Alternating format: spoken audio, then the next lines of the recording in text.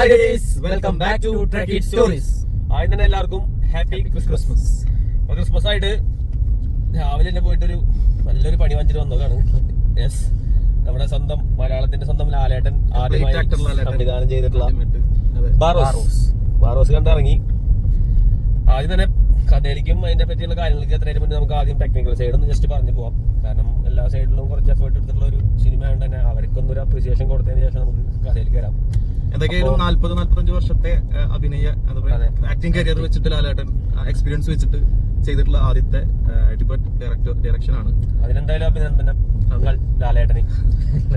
പിന്നെ cinemas camera Santhosh Shivan എല്ലാ quality camera വർക്കിൽ തോന്നിയിരുന്നു, അടിപൊളിയുണ്ട്. പിന്നെ എഡിറ്റിംഗ് അജിത് കുമാർ ഇതിൽ പിന്നെ മ്യൂസിക് ആണ്. അതിപ്പോ മ്യൂസിക് പാട്ടുകൾ ചെയ്തിട്ടുള്ളത് ലിഡിയൻ നാദസ്വരം, അതാ ചെറിയ പയ്യനല്ലേ, അത് മൂവിയിലും ഒരു സീനിലുണ്ട്. പിന്നെ അതെനിക്ക് പാടിയത് 2 പാട്ടും പാടിയത് അതിന്റെ ഒരു ആവശ്യമായിരുന്നില്ല. കാരണം അത്രയും ഭയങ്കര ബോറായിട്ടുള്ള 2 പാട്ടുകൾ. ഒരു നല്ലൊരു സോങ് ഉണ്ടായിരുന്നു സത്യം പറഞ്ഞാൽ.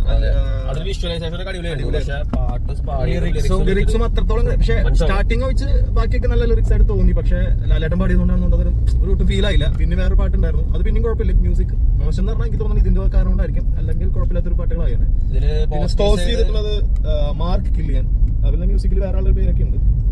അതൊക്കെയാണ് ഇപ്പോ ടെക്നിക്കൽ സൈഡ് എടുത്ത്. പിന്നെ കോസ്റ്റ്യൂംസും മേക്കപ്പ് ഒക്കെ അതിലൊന്നും ഒരു വലിയ പ്രാധാന്യം തോന്നില്ല. കാരണം കൂടുതലും പ്രസന്റ് ആയിട്ടുള്ള കാലഘട്ടമാണ് കാണിക്കുന്നത്. നമ്മൾ എക്സ്പെക്ട് ചെയ്തിട്ടുള്ള പോലെ ഒരു പടമല്ല ഒന്നാമത്. പിന്നെ അവരുടെ അണിയർ പ്രവർത്തകർ അല്ലെങ്കിൽ മോഹൻലാലൊക്കെ പലതവണ പറഞ്ഞിട്ടുണ്ട് ഇതൊരു കുട്ടികൾക്ക് വേണ്ടിയിട്ടുള്ള സിനിമയാണ്. കുട്ടികൾ എത്രമാത്രം എൻജോയ് ചെയ്യുന്നുള്ളത്. ഇപ്പോഴത്തെ കുട്ടികൾക്ക് അതിനും മാത്രം സിനിമകളും കാര്യങ്ങളും വേറെ അന്യഭാഷയിലൊക്കെ എന്റർടൈനിങ് അല്ല. എനിക്ക് എന്നെ പേഴ്സണലി ഒട്ടും എന്റർടൈനിങ് ആയിട്ട് തോന്നിയിട്ടില്ല. കാരണം ഫുൾ ഭയങ്കര ലാഗാണ് പടം. അതിലേക്ക് എത്താതിന് മുന്നേ ഫസ്റ്റ് ആയിട്ടൊരു നല്ല ഗംഭീരമായിട്ടുള്ള പോസിറ്റീവ് പറയാനുള്ളത് അതിന്റെ 3D എക്സ്പീരിയൻസ്. അത് ഇവര് പറഞ്ഞ പോലെ തന്നെ നല്ല ക്വാളിറ്റി ഉണ്ട്. ഫ്രെയിം ബ്രേക്ക് 3D, അത് നമ്മൾ ഇംഗ്ലീഷ് പടങ്ങളൊക്കെ കാണുന്ന സെയിം ക്വാളിറ്റിയിൽ 3D അടിപൊളിയായിട്ട്. നമ്മൾ അതായത് ഐമാക്സിലൊക്കെ ഒറിജിനൽ കാണുകയാണെങ്കിൽ കിട്ടില്ലായിരിക്കും. അല്ലാതെ 4K കണ്ടിട്ട് തന്നെ നല്ല എഫക്ട് ഉണ്ടായിരുന്നു. പടം തുടങ്ങുമ്പോൾ തന്നെ നമുക്ക് ആ ഫീല് കിട്ടും. അതായത് ഐമാക്സിൽ ഷൂട്ട് ചെയ്തിട്ടുള്ള ക്വാളിറ്റി കാണിക്കുന്നത്. അത് നമ്മൾ അതായത് നോർമലി കാണുന്ന 3D പടങ്ങൾ പോലെയല്ല, അത്രയും ക്വാളിറ്റി നമുക്ക് അതിൽ കാണാൻ പറ്റുന്നുണ്ട്. 3D ആക്കുന്ന പരിപാടി അല്ലല്ലോ, നമ്മൾ കാണുമ്പോൾ എഫക്ട് നല്ല വ്യത്യാസമുണ്ട്. ആ വിഷ്വൽ ട്രീറ്റ്, പക്ഷെ ആ വിഷ്വൽ ട്രീറ്റ് അവർക്ക് നല്ല രീതിയിൽ യൂസ് ചെയ്യായിരുന്നു. മാത്രമല്ല ഇതിന് ഭയങ്കരമായിട്ടുള്ള സ്വാതന്ത്ര്യം ഉണ്ടായിരുന്നു സിനിമയ്ക്ക്. എന്ത് വേണമെങ്കിലും കാണിക്കാന്നുള്ള സ്വാതന്ത്ര്യം. ഇത് ഗാർഡിയൻ ഓഫ് ഡിഗാമാസ് ട്രഷർ ജിജു പുള്ളിയുടെ നോവലിനെ ബേസ് ചെയ്തിട്ടുള്ള സ്റ്റോറിയാണ്. അപ്പൊ ഇതൊരു ഫെയറി ടെയിൽ ആണെങ്കിൽ കൂടി ആ ഒരു കഥ പറഞ്ഞു വെച്ചിട്ട് പിന്നെ അവർക്ക് ആ കഥയെ ബേസ് ചെയ്തിട്ട് ഒരു പുതിയ കഥ ഉണ്ടാക്കിയിട്ടോ അങ്ങനെ എന്തെങ്കിലുമൊക്കെ ചെയ്യായിരുന്നു ഈ പടത്തിൽ. അതൊരു 5 മിനിറ്റ് നരേഷനിൽ ഒതുക്കേണ്ട കഥയാണ് ഫസ്റ്റ് ഹാഫ് മൊത്തം. ഈ കഥ നരേറ്റ് ചെയ്ത് മമ്മൂട്ടി അവസാനിപ്പിച്ചിട്ട് പിന്നെ ഒരു അതിനെ കണക്ട് ചെയ്ത് മമ്മൂട്ടിക്ക് ആ ഇൻട്രൊഡക്ഷനിൽ നരേഷനിൽ ഒതുക്കാവുന്ന ഒരു സിമ്പിൾ ആയിട്ടുള്ള ഒരു ത്രെഡാണ്.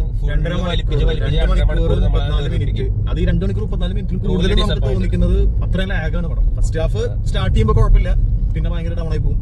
അപ്പൊ അതുപോലെ സെക്കൻഡ് ഹാഫ് നന്നാവും വെച്ചു. സെക്കൻഡ് ഹാഫ് സ്റ്റാർട്ടിങ് ഇതേപോലെ കുറച്ച് കയറുമെന്ന് തോന്നി, അവിടെ തന്നെ അപ്പൊ തന്നെ ഡൗൺ ആയി. പിന്നെ ഇതാണ് ഫസ്റ്റ് ഹാഫ് കഴിയുമ്പോൾ ഒരു പ്രതീക്ഷ ഉണ്ടായിരുന്നു, ഓക്കെ സ്റ്റോറിലേക്ക് എത്തി എന്തെങ്കിലുമൊക്കെ ഉണ്ടാവുന്നു.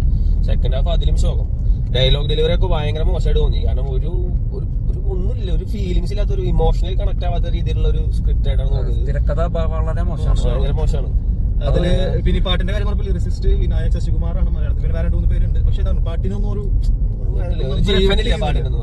ഒരു വരി പോലും മനസ്സിൽ നിൽക്കണോ അല്ലെങ്കിൽ മെയിൻ ആയിട്ട് ലാലേട്ടൻ ഈ പാട്ട് പറഞ്ഞ ഒരു ആവശ്യമില്ല. എനിക്ക് തോന്നുന്നു കുറച്ചുകൂടി നല്ല ഗായകന്മാരെ വെച്ചിരുന്നെങ്കിൽ കുറച്ചുകൂടി ആ ഒരു സൗണ്ട് മോഡുലേഷനിൽ ചേഞ്ച് വന്നെങ്കിൽ കുറച്ചുകൂടി എൻജോയ് ചെയ്യാൻ പറ്റുമായിരുന്നു.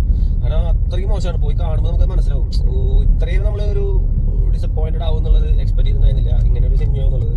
കാരണം എക്സ്പെക്ടേഷൻസ് എല്ലാം തകിടം മറിച്ചുകൊണ്ടാണ് നമുക്ക് ഫീൽ ആയിട്ടുള്ളത്. നമ്മുടെ പേഴ്സണൽ ഒപ്പീനിയൻ ആണ്. അല്ല, ഇത് കുട്ടികൾക്ക് വേണ്ടിയുള്ള പടമാണെന്ന് പറഞ്ഞിട്ടുണ്ടെങ്കിൽ കുട്ടികൾക്ക് ഇഷ്ടപ്പെടില്ല എന്ന് നമുക്ക് പറയാൻ പറ്റില്ല, അവരുടെ മെന്റാലിറ്റി വെച്ചിട്ട്. പക്ഷെ എങ്കിൽ പോലും നമ്മുടെ ഒപ്പം ഉണ്ടായിരുന്ന ഒരുപാട് കുട്ടികൾ അവിടെ ഉണ്ടായിരുന്നു.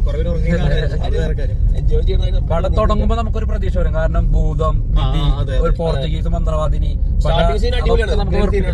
ഇപ്പൊ ഉള്ള പടത്തിന്റെ മേക്കിംഗ് ക്വാളിറ്റിനൊന്നും നമ്മൾ പറയുന്നില്ല. പക്ഷെ ഈ പറഞ്ഞ സ്ക്രിപ്റ്റിന്റെ പെർഫോമൻസ് വൈസ് അതിൽ ലാലേട്ടനാണ് പെർഫോമൻസിനെ പറ്റി നമ്മൾ പറയേണ്ടത്. പോലും ആ കുട്ടി നന്നായി രീതിയിൽ കാസ്റ്റ് ഒന്നും നമുക്കറിയില്ല. ആകെ കൂടി ഗുരു സോമസുന്ദറും പിന്നെ ആന്റണി പെരുമ്പാവൂർ മാത്രം നമുക്ക് അറിയുന്ന ഫെമിലർ ആയിട്ടുള്ള ഫേസുകൾ. ബാക്കി എല്ലാം ന്യൂ ഫേസ് ആയിട്ടാണ് തോന്നിയത്. ഡബിംഗ് ആയാലും ഇപ്പൊ ശ്വേതാമേനൻ എനിക്ക് ആ ക്യാരക്ടേഴ്സിന്റെ ആണെന്ന് അറിയില്ല, അത്രയും സ്യൂട്ട് ആയിട്ടൊന്നും തോന്നിയില്ല. ഇല്ലാത്തൊരു പോലത്തെ ഒരു ഇതാണ്. ടെക്നിക്കലി അല്ലെങ്കിൽ അവർ ഒരുപാട് എഫേർട്ട് എടുത്തിട്ടുണ്ടെന്നുള്ളത് നമുക്ക് സിനിമ കാണുമ്പോൾ വ്യക്തമായിട്ട് മനസ്സിലാവും. പക്ഷെ അതൊക്കെ നമുക്ക് ഇമ്പാക്ട് ചെയ്യണമെങ്കിൽ അത് നല്ലൊരു ഫ്രണ്ട് ഉണ്ടാവണം, നല്ല സ്റ്റോറി ലൈൻ വേണം. എന്നാലാണ് അല്ലെങ്കിൽ പെർഫോമൻസിനാണെങ്കിൽ എല്ലാത്തിനും പ്രാധാന്യം വരുന്നുള്ളൂ. അതായത് കുറെ പണിയെടുത്തിട്ടുണ്ട്, കുറെ ടെക്നിക്കലി യൂസ് ചെയ്തിട്ടുണ്ട്, അല്ലെങ്കിൽ ടെക്നിക്കൽ സൗണ്ടാണ് സിനിമ എന്ന് പറഞ്ഞിട്ട് യാതൊരു കാര്യമില്ല. ഇപ്പോഴത്തെ കാലത്ത് ആരും എൻജോയ് ചെയ്യില്ല. അതെ, എല്ലാ നല്ലതിനെ നല്ലതായിട്ട് അക്സെപ്റ്റ് ചെയ്യാൻ പറ്റുന്നവർ മലയാളി പ്രേക്ഷകർ എല്ലാവരും. പിന്നെ പോസിറ്റീവ് സൈഡ്സ് എടുത്ത് മാറ്റി കഴിഞ്ഞാൽ ഏറ്റവും കൂടുതൽ നെഗറ്റീവ് സൈഡ്സ് തന്നെയാണ് ഈ സ്റ്റോറിയിൽ തന്നെ ഫുൾ ഫ്ലോപ്പ് ആയിട്ടാണ് ഫീൽ ചെയ്തത്. കാരണം ചെറിയൊരു ലൈനിൽ പറഞ്ഞു പോകാവുന്ന ഒരു ഫ്ലാഷ് ബാക്ക് അല്ലെങ്കിൽ അത് നീട്ടി മണിക്കൂർ മടുക്കും എന്ന് പറഞ്ഞാൽ മടുക്കും.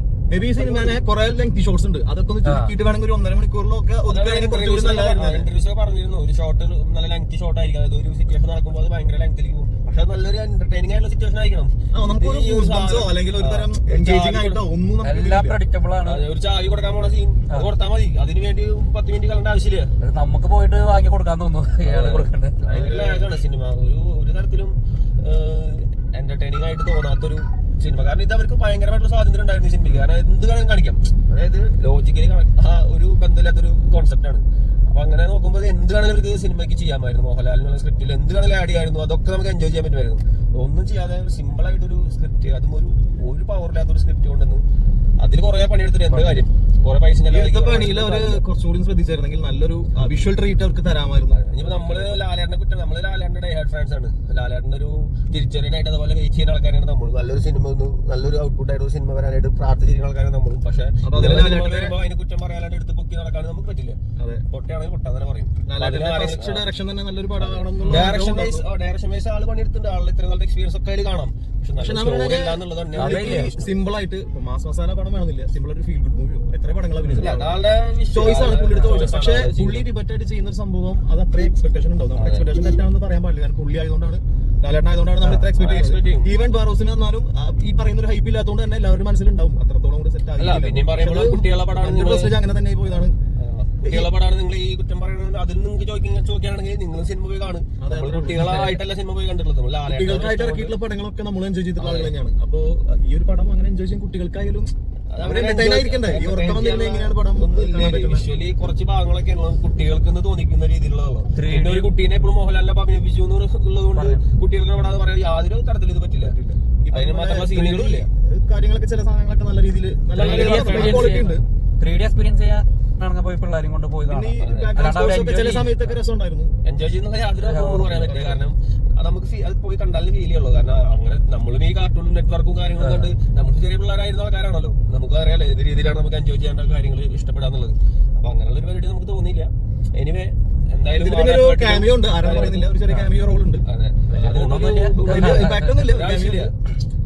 അത് ചെയ്തിട്ടുണ്ട്. പിന്നെ ഈ പറഞ്ഞല്ലോ നമുക്ക് ഇത് സിമ്പിൾ ആയിട്ട് കോമഡി പടമായിട്ട് എടുത്താൽ കൂടിയും ആളുകൾ ചിലപ്പോൾ അക്സെപ്റ്റ് ചെയ്താൽ ഇതെനിക്ക് തോന്നുന്നില്ല. ഇപ്രാവശ്യം നമ്മളായിട്ട് ആരും ബ്ലോക്ക് ചെയ്യാനൊന്നുമില്ല. എല്ലാവർക്കും ലാലേട്ടോടാണ് താല്പര്യമുള്ളവരൊക്കെ പോയിട്ട് നമ്മളങ്ങനെ ഒരു മൈൻഡിലാണ് സിനിമ. കുട്ടികൾക്ക് ഇഷ്ടപ്പെടുന്നതാണെങ്കിൽ കുട്ടികളെ കൊണ്ട് കാണിക്കണം. അപ്പൊ മാക്സിമം കൊണ്ട് കാണിക്കാനും അല്ല പിള്ളേർക്ക് 3D ഒക്കെ പുതിയൊരു അനുഭവമായിരിക്കും. അതെ 3D എല്ലാവർക്കും പുതിയ അനുഭവമായിരിക്കും. കാരണം നമ്മൾ നോർമൽ 3D മൂവീസ് ഇംഗ്ലീഷ് സിനിമകളെ കണ്ടുള്ളത് വലിയ സംഭവമായിട്ട് തോന്നുന്നില്ല. പക്ഷെ എന്നാലും മലയാളത്തിനെ സംബന്ധിച്ച് നല്ല അടിപൊളി വർക്ക് തന്നെയാണ് ലാലേട്ടൻ ചെയ്തിട്ടുള്ളത്. പക്ഷെ പോരായ്മ എന്ന് പറയുന്നത് സ്ക്രിപ്റ്റിലും കഥയിലും ഉണ്ടായിട്ടുള്ള പോരായ്മ കൊണ്ട് മാത്രം പടത്തിന് നമുക്കൊരു നല്ല റേറ്റിംഗിൽ ചെയ്യാനായിട്ട് സാധിക്കില്ല. നമ്മുടെ പേഴ്സണൽ ഒപ്പീനിയൻ ആണ്. എല്ലാവരും സിനിമ തിയേറ്ററിൽ പോയി കാണാം. ക്രിസ്മസ് ഒക്കെയാണ് മുടക്കാണ്. എല്ലാവരും പോയി കാണാം. ഫാൻ ഷോ അല്ലെങ്കിൽ സ്പെഷ്യൽ ഷോ ഒക്കെ 4 മണിക്ക് 7 മണിക്ക് നിൽക്കുന്നത് ഇതിനും വലിയ ഈ ഒരു ടൈമിൽ വെച്ചിട്ട് പോലും പറ്റുന്നില്ല. എനിവേ എല്ലാരും പോയി തിയേറ്ററിൽ തന്നെ ചെയ്യാം. ലാലേട്ടന്റെ ആദ്യത്തെ മൂവിയാണ്. അതിനോടുള്ള റെസ്പെക്ട് നമുക്കുണ്ട്, എല്ലാവർക്കും ഉണ്ട്. ലാലേട്ടന്റെ പോലുള്ള ഇത്രയും വലിയൊരു ആക്ടർ ആദ്യമായിട്ട് സിനിമ എടുക്കുമ്പോൾ അത് കാണാന്നുള്ള ഉത്തരവാദിത്വം കൂടി നമുക്ക് മലയാളികൾക്കുണ്ട്. സോ അത്രയ്ക്കുള്ളൂ. Bye from Trekky stories.